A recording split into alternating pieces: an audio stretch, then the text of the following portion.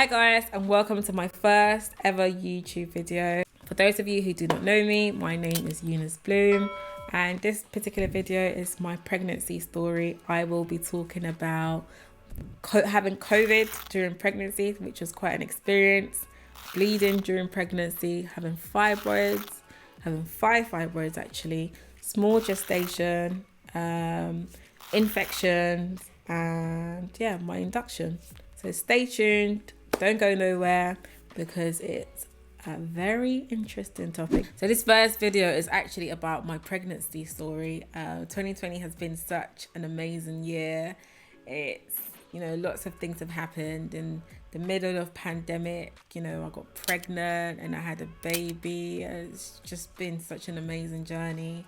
Lots of things happened during my pregnancy, which I want to share, especially with first time mothers or people who have already been through it, so they know that they're not on their own.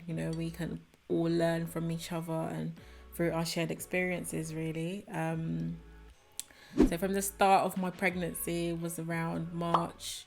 It's when I found out I was pregnant, and during that period I actually had COVID for a month, and it was such a difficult experience for me.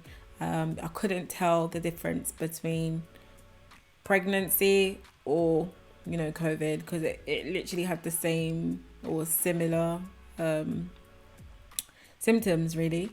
So I had temperature all the time. I had loss of taste, loss of smell as well. I couldn't smell anything, and things just didn't taste the same anymore. My favorite food I couldn't taste. It was pointless eating. I could barely keep food in my mouth.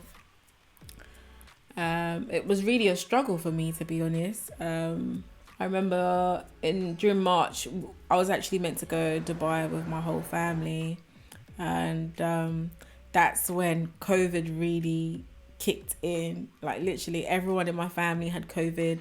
Myself, my mum, one of my sisters had COVID. At that time, in the first week, I would say, we didn't actually know it was COVID. We were just going through all these issues that we thought was a bug and we're all sick and blah, blah, blah. When I got a little bit better, I went and spent the weekend with my mum, and I went and spent the weekend at my sister's, and she basically got COVID as well, and so did her husband. So it was pretty much 5 people in the family who had COVID, and it was such a horrible experience. Really, I won't wish it on my enemy. So yeah, so after that, I would say after two, 3 in the 3rd month, I started to feel severe pains in my stomach. These pains came from nowhere. I thought, oh my gosh, is this what pregnancy is meant to feel like? I would speak to my sister about it. I would speak to some friends about it, just to find out, is this normal? Because I wasn't sure. People go through their pregnancy and they don't really talk much about it. And I'd Google it, and people talk about, or even search on YouTube, really, and people would share their experiences. And some people were experiencing pain or some sort, but I don't know if it was as severe as mine. And there's no way that a normal person was feeling the sort of pains I was feeling. It was just horrible, and I didn't want to sound like a drama queen. Like, I would tell my partner, I would tell my mum, look, my stomach is killing me. I don't know if this is normal or not, but I can't bear it, really. We did nothing about it. I was just handling the pain, really. I thought, yeah, it's probably normal and I'm just being dramatic. And I remember sometime after my birthday, I had kenke. For those of you who don't know what that is, it's some sort of spicy Ghanaian dish. I had that, and my belly started to really hurt, like uncontrollable. I couldn't handle that pain any longer. So I remember sitting on the floor, bending over, holding my stomach in excruciating pain. I just couldn't handle it. Then I got up and went to the toilet, because it felt like something was, coming down my my uterus. It felt really strange. So I went and sat on the toilet, and I could see I was bleeding. I thought, oh my God, what's going on here? I quickly ran up to the shower to just, wash myself, and the blood that I had seen and more started to come out. This time there were huge blood clots coming through. I called my mom. I shouted down for my mom. I shouted down my partner. They both rushed in and saw what was going on. And yeah, I quickly came out, got myself ready, got out the shower, got myself ready, and then we drove to the hospital. We went A&E actually, because it was around 1 a.m. in the morning. We drove to the A&E, my mum and my partner. Initially they wouldn't let them in, and I got to the A&E. They wouldn't let them in really. They tried to tell us that only one person, the person who's sick, can come in A&E. Obviously, if I could, the reason why I'm coming in is I can't handle the pain and I needed some sort of support next to me. So I had to basically explain myself to the hospital security at the door that I can't keep myself up. I need someone to physically hold me because I was actually in that much pain.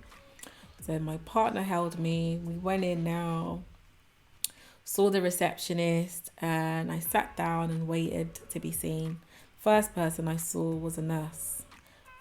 We talked through all my symptoms, what had happened, my bleeding, what happened earlier before I came into the hospital, and my bleeding and so on and so forth. And, he was very negative, to be honest. I find my experience with doctors and nurses, they always tend to think about the worst case scenario. They're not like me, I would say. I'm very optimistic. I always like to look at the positive side of things. And, I remember that day, the nurse was like, your health is the most important thing for us. It really sounds like you had a miscarriage, but don't worry. Your health, you're alive, and that's what all we care about. All we care about right now is saving you. He's basically telling us it's a miscarriage, and don't worry, I'm alive, and they're only looking to save me and not my baby. NHS is such a drag. A&E is a drag, to be honest with you. Antenatal wasn't open. I think they closed around 9 p.m. so no one in antenatal could see us. So we had to wait to see an actual doctor, a gynecologist, I would say. And it was a very long wait. And other things take priority, There's people having cesareans and so on and so forth. And they take priority over what's going on in A&E. So I waited for a while. We saw the gynecologist eventually after I think about an hour and a half wait. Bear in mind, I was I was waiting with my partner because he was the only one they would let in at that time, and my mum had to wait in the car. Hold on, my baby is crying. I need to check on my little one and make sure she's doing all right. They eventually let me in. This time, they won't let my partner in. They would only let me in. So I had to literally walk like a snail all the way down the corridor to go and see this doctor. Went into this small room. They had me in there again, waiting for ages. I don't know what the hell they were doing. But this doctor came into the room. She probably looked about 25, to be honest. I would say a student doctor or so. But, she did all right. She did her job. She came in to see me. We spoke about my symptoms, and she checked my cervix. And I don't know if any of you have had a smear test before. If you are 21 and over, I'm pretty sure you have in the UK. She checked my cervix with a spectrum. This white plastic thing that looks like that. If I have a picture, I'll show it for you to see. She stuck it inside of me so deep. It basically opens your uterus to see, what's in there, or will I say your vagina walls, for you to see the insides of your uterus, or vagina, should I say. And she used that to look inside of me, and she saw my cervix and basically said it's still closed, it's not opened, so she doesn't think it's a miscarriage. But God is good, God is great, because To see what I saw in the bath and to be told that my service is still closed, that was the best news ever. So at that point, I was given this news around 3 a.m. Bear in mind, we went to the hospital around 1 a.m. and basically left there about 3:30 a.m. The next day, when we drove to the hospital, I went for my first scan. Basically, no one else is allowed to come in with me. And that's the really disappointing thing during this COVID period. You basically experience everything on your own. You have no support when you're seeing the nurses and the doctors and all the bad news that they tell you. You're on your own. Your partner's not there. Your family's not there. You can't have friends there. You can't have visitors. Literally, you're doing it. Even my scans, I did it on my own. But we'll get to that. So this first scan was basically just to check what has happened in my stomach, if, baby was still there, or is it a miscarriage or whatnot. Got there now, went to the hospital, laid on my back. And, they ask you such intrusive questions as well. They ask you questions like, have you had a miscarriage before? Have you been pregnant? Have you had an abortion before? I answered them, and she had me, gynecologist, for my first scan, had me lay on my back, and she basically put the thing on my stomach. I can't remember what it's called, but she put it on my stomach, and we could hear, the first thing I could hear was a heartbeat on the machine. You could actually hear it coming through. I thought, wow, this baby held on, baby's still in my stomach. And she looked at the baby and said, baby's fine. Very excited. She was moving up and down, so excited, jumping all over the place. I think that was like her sign of telling me, don't worry, mummy, I'm doing well, I'm fine, can't wait to come into the world. Yeah, and I was happy. I was very happy that, she was doing well in that. She scanned the baby and told me how my baby was doing great. Heart was beating well. My cervix is closed. Told me my placenta is doing great. But what she did find was fibroids, which I never knew I had. I never knew I had fibroids in my life. In the past, I have felt a little lump down my stomach, I would say, my lower stomach, which is my lower pelvic area, and I haven't really thought anything about it. I basically just assumed that it was part of my inside, probably my intestines or something, which is quite funny because I have heavy periods, but I've never really thought anything of it.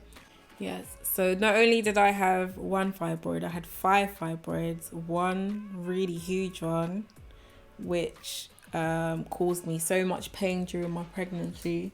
Baby used to push it out of her way, so she can grow bigger or move around and so on. And the pain was so unbearable. Having fibroids during my pregnancy was a game changer, really, to know that I had all these things in my stomach, yet God enabled me to get pregnant, have this baby, or carry this baby through my pregnancy with so much pain, and be blessed in the end with such a beautiful daughter. So moving on to my second trimester, I would say the pain lasted up until the first month of my second trimester, which is probably the fourth month. I would say the 5th and 6th month got a lot better for me. The pain reduced a bit. It kind of stopped my... Oh, by the way, I had some bleeding throughout. Some on and off bleeding, and that was all just from the fibroid, really. It was nothing to do with my pregnancy, and I was letting nature take his course, and come out of me slowly as it was during my pregnancy. So one thing I wanted to say as well, during my pregnancy I couldn't really sleep properly. That was so hard for me. I got a pregnancy pillow which was so shit. I would say invest in a very good pregnancy pillow, because mine was rubbish. In the initial stage it was really good, but eventually it sort of just deflated and became so flat. Like the stuff the pillow was, you know, stuffed with was some cheap rubbish. But yeah, invest in a good pillow. My 5th and 6th month was the best period of my pregnancy. Reason for that was because the pain had reduced. I was able to eat more. I had crazy cravings which came out of nowhere. You know, I was craving for things such as seafood boil, dirty burger, pasta Italian, which is one of my favorite things. I was craving Italian. I was craving Vapianos. There's lots of things I was craving. Obviously I work in the city of London and I'm a big eater. Like I love to eat out. I'm more of an eat out person, and I missed all the things that I used to have during my lunch hours. Like Thai noodle soup was one of my absolute favorite lunch you know, what I would eat for lunch really. And I was so craving that during my pregnancy. Bear in mind, I worked from home throughout my whole pregnancy, so I actually didn't have an outside experience. I wasn't getting on the train and going to work like normal pregnant people would do in a normal year. Whereas 2020, we all know 2020 wasn't a normal year. It was a year of, you know, pandemic. COVID took over everyone's lives and just turned it upside down. So the dynamics of everyone's lives changed really. And I worked from home. My partner and I worked from home together. You know, the things I used to do and enjoy, I wasn't able to do those, you know, which is fine. Because working from home really was a good experience that I could juggle my schedule around it, and it was all up to me how I worked, to be honest. And I know that if it was a normal year, I wouldn't have had that privilege. I would have had to wake up every day, hop on the train, go to work, and, you know, imagine working in the office at your desk and feeling those sort of pains that I felt. So the best way, or the best thing for me, was to do that at home. Because whenever, you know, you have your start and stop periods when it comes to pain, like there's times it's really bad and sometimes it's okay. When it's really, really bad, I stop work completely and I just sit on my sofa, which you can see behind me, and just take a rest and probably watch some TV also. Or just use my my birthing ball and bounce on it. I couldn't do that if I was working, or, you know, if I was going into the office. I wouldn't have that opportunity at all whatsoever. So that was the benefits of going through my pregnancy during a pandemic at home. So for my second trimester, which was my 5th and 6th month, that being my best pregnancy months, was because I could do stuff again. I could get back to my normal self. I could cook. I could clean. You know, my happy old me. I wasn't there always laying down in pain and being a sado. I was actually just getting on with things. And I believe that was when the lockdown was lifted as well. So that really helped with my mood and helped me get on with things really. At this point, I would say I was sort of clueless in terms of antenatal, you know, all the classes that you would normally get through NHS. Lucky for me, my partner has this benefit called Clio through his work, and I was able to use that, and that was really, really good for me. I had a private dweller, who is someone, if you don't know what that is a person, or yes, pretty much a person who helps you through your pregnancy with advice, prepares you for labor, and, you know, postpartum as well, helps you get through it. I have a dedicated person who helped me throughout my pregnancy. I think we signed up for it around the 5th or 6th month. And that was great because I was able to talk her through everything I'm going through. She's been so supportive. She's like your personal midwife, should I say. She helped me with my birth plan. She helped me make some really important decisions throughout my pregnancy, especially with the doctors and my induction as well. And even after birth, she really helped me there. I had breastfeeding classes. Like, it was just absolutely amazing. I would say if you don't have that benefit, definitely try and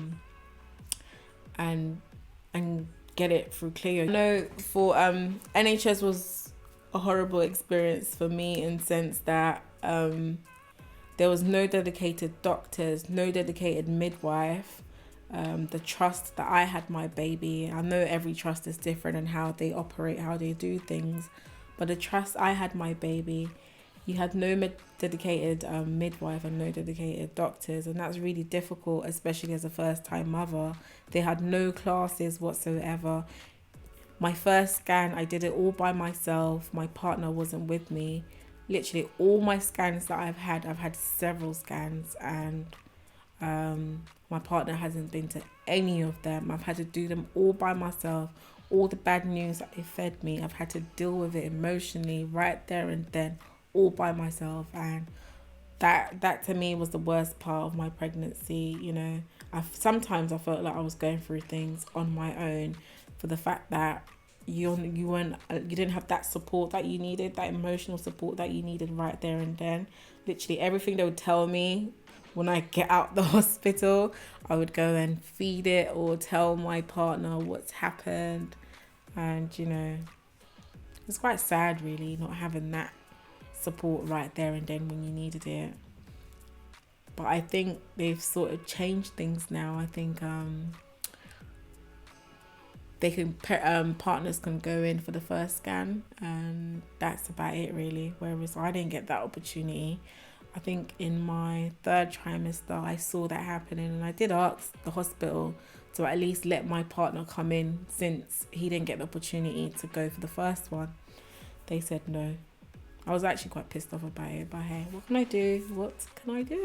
But I would say one of the really good things was that when they found out that I had fibroids, all my appointments were with doctors, and probably saw the midwife once in a while. I had very frequent scans, to be honest with you, because they're trying to monitor how baby was doing in there, make sure that my fibroids was not in my cervix area, or should I say my birth canal, not blocking anything down there. Also made sure it wasn't growing, because that's can happen when you're pregnant. If your fibroid is growing, that's going to have a massive effect on your baby. But my fibroids throughout stayed the same. I didn't really gain much weight, to be honest. I would say my nose got bigger, my cheeks got bigger, and my thighs got bigger. That's about it really. My arms pretty much stayed the same. My stomach was really small, as you can see from my pictures, which I will insert over here. My stomach was really small, and that was one of the reasons why I had to have an induction. And to be honest, I think that was mainly because of my frame, because I have a very small waist anyway. So the 5th and 6th month was such a good month. We thought we could do anything that we wanted. My partner and I did a staycation in Cotswold. That was such an amazing experience. I got engaged there as well. That was absolutely amazing. We went a step further, even traveling to Dubai in the first month of my 3rd trimester, which was when I was 7 months. We went to Dubai, and you know, that was an amazing experience, just to get out of the country. And you know, with the middle of COVID, what's been happening around us, just having the opportunity to leave the country and go to Dubai. We had a good experience. It was mainly just to relax really, and that was really good as well for me and him. But we stayed at the Five Palm Hotel. When we came back, I actually had a urine infection from that swimming pool. I would say to anyone who's pregnant, do not use a swimming pool. I repeat, do not use a swimming pool during your pregnancy because you're prone to infections. And I made the mistake of doing that. That's obviously because when we went Cotswold, I used the swimming pool there and that was fine. Nothing had happened. I had the swimming pool to myself really. But in Five Palm in Dubai, you're sharing a swimming pool with lots of people. And we all know, I think I would say that swimming pool probably didn't have enough chlorine inside of it, and that's what happened. Didn't have enough chlorine to get rid of all the bacteria and stuff. And unfortunate for me, I got a urine infection when we got back and I had to treat that with antibiotics. Again, that caused me so much pain. Oh my goodness. The pain from a urine infection when you're pregnant. Oh man. So I had that, and then the pains that I had felt in my first and second trimester started to come back again, which is the pain for my fibroid. It used to move about quite a lot. When baby moves, fibroid moves, to the fact that sometimes you can see it poking out the skin.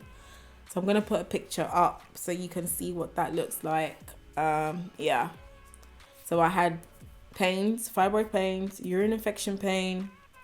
That was just something else. I treated the urine infection with antibiotics and that went away eventually. So another experience I had was that baby used to sit on my bladder and it was so difficult for me to go and pee sometimes. I would go and sit on the toilet and I couldn't get pee out. I want to pee, but I would sit down and I couldn't. So the only way I could pee was to clench my ass so tight, right? And then eventually I can get some pee out of me. But yeah, that was my story over there. In my third trimester, that was an interesting experience because it was just bad news back to back to back. When I was 28 weeks, I was basically told that my baby was small gestation. If you don't know what that is, it's basically when your baby is growing on the small side. Based on research, so it's normally based on your weight, height, and your ethnicity.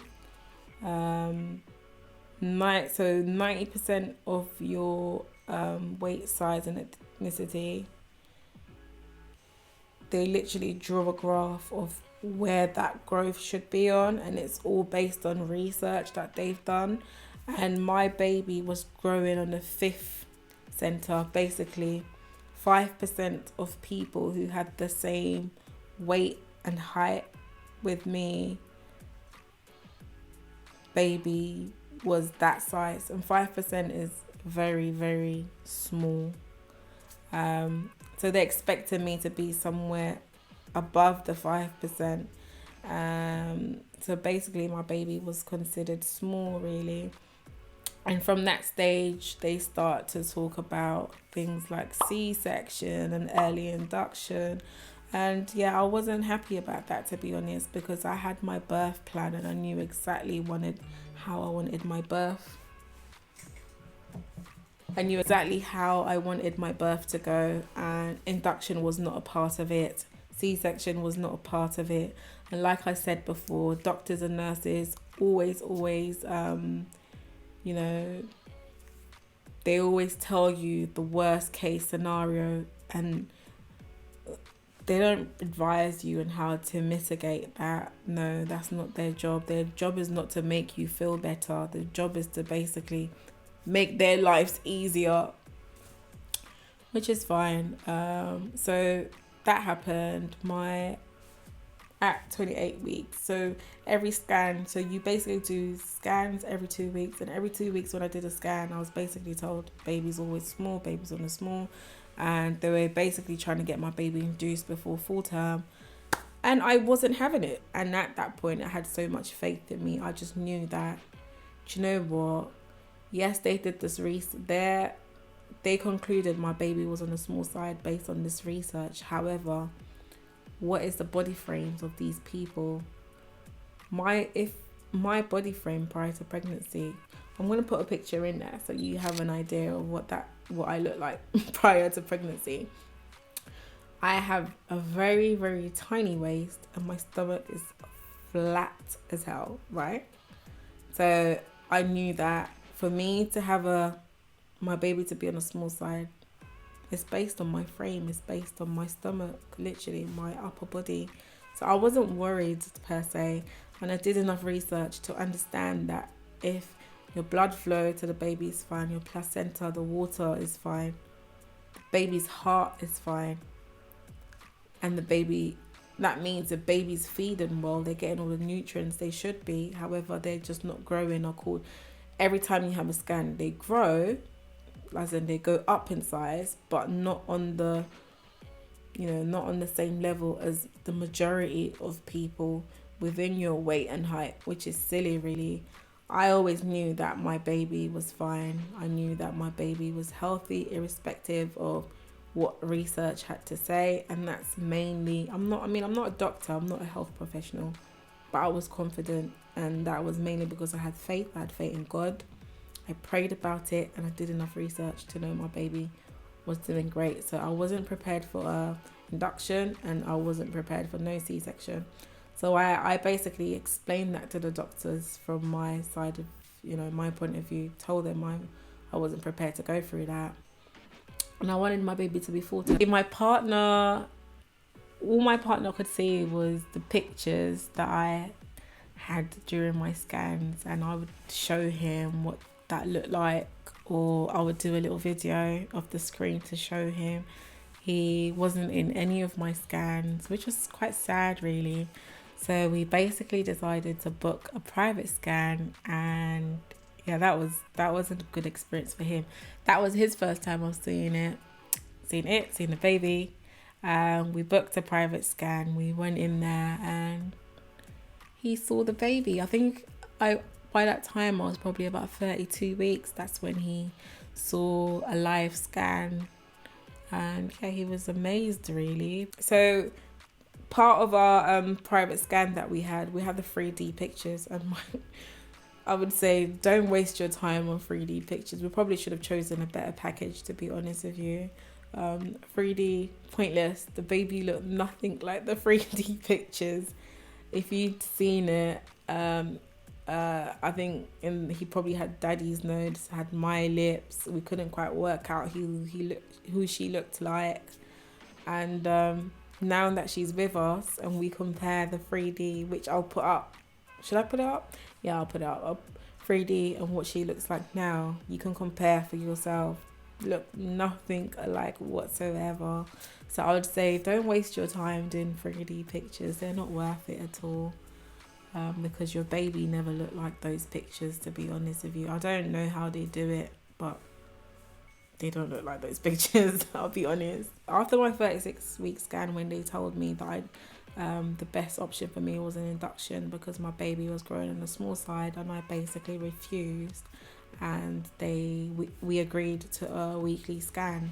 So the first scan, that was a Tuesday that I saw the consultant. So the first scan was during that same week, was either a Thursday or Friday. I remember the doctor telling me to either come in on a Thursday or Friday. I said, okay, fine, I'll go in on a Friday. I was meant to have a hair appointment on the Thursday, and my hairdresser cancelled on me, and I thought, you know what, let me just go to the triage today, and then, I would do my hair the next day instead. So as soon as I went there and they monitored baby, lots of things were going wrong. She was very distressed, having these machines always on her head. It's very uncomfortable. It's uncomfortable for baby, it's uncomfortable for me, and it can actually cause stress to your baby because they're not happy having this thing on them, so they're constantly moving around, kicking it away. For those of you who don't know what that looks like, I'm going to insert a picture so you see what it looks like to have that belt on your stomach. Bear in mind, it's very tight as well. So that's what happened. I went in, baby wasn't very happy about the monitoring. Her heart rate keeps dropping. I remember that day, it was so annoying. I was in the hospital pretty much the whole day. And in the end, they told me that I had to spend the night because they wanted to monitor the heart rate. And that's what happened. They kept me in. Bear in mind, I hadn't eaten that whole day. I was so hungry.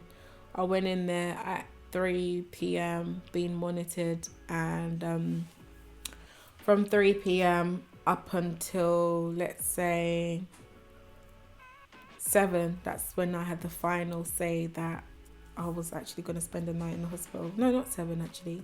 8, 9, right about that time. And then they prepared a bed for me in maternity. Lucky for me, my partner came to see me. He brought me some stuff for the night. And I remember spending the night there. I had to be monitored all throughout. It was so annoying because I was basically in the same ward as people who had just delivered.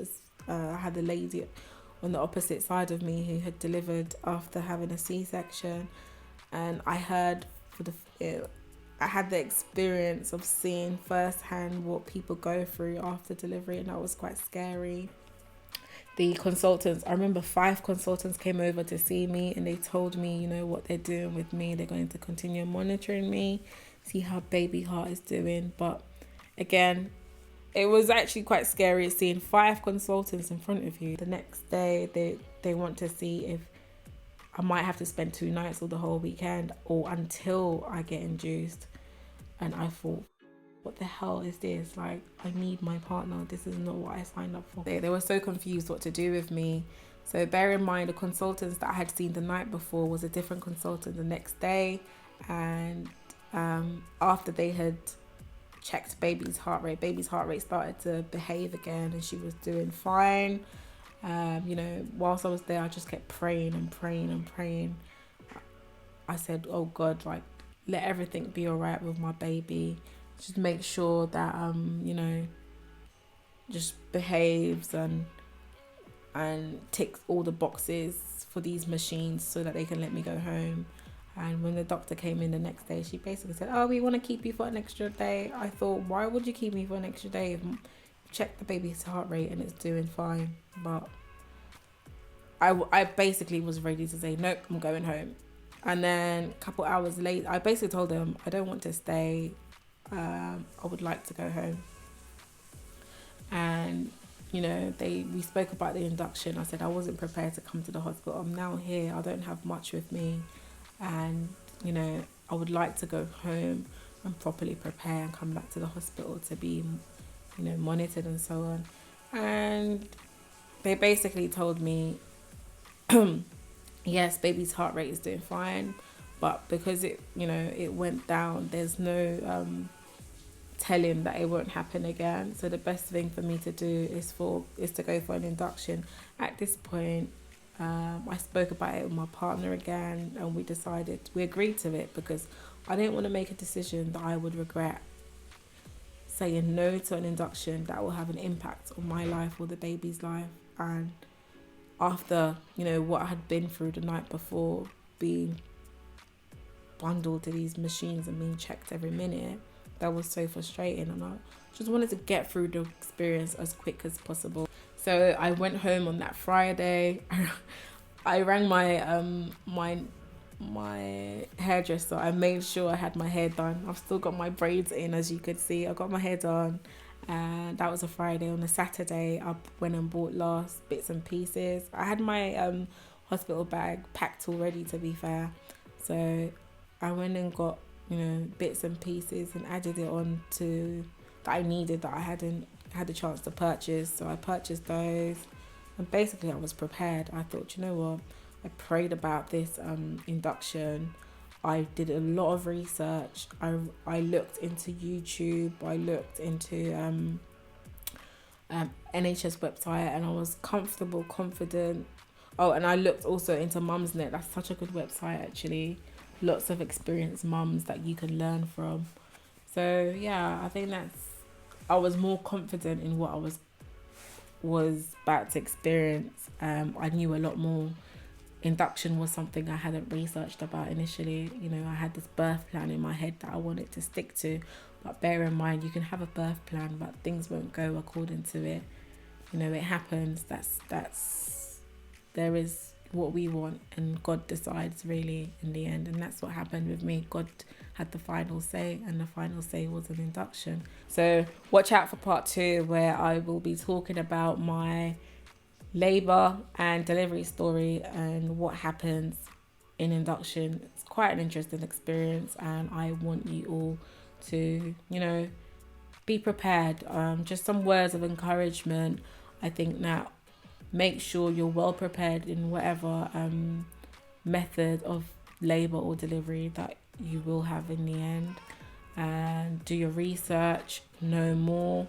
I want to share my experience with you so you know exactly what I went through and what to expect when you're doing the same or going through the same. I think for me, what really helped me understand a lot more about the induction was watching YouTube videos.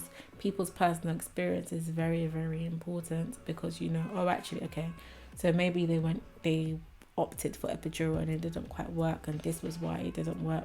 So when you get epidural, you know the signs and things to look out for. So yeah, I will be doing another video on my labor and delivery story, so look out for that. Thank you guys for watching, for being patient with me and watching my video all throughout. Yeah, thank you, and I'll see you in the next video.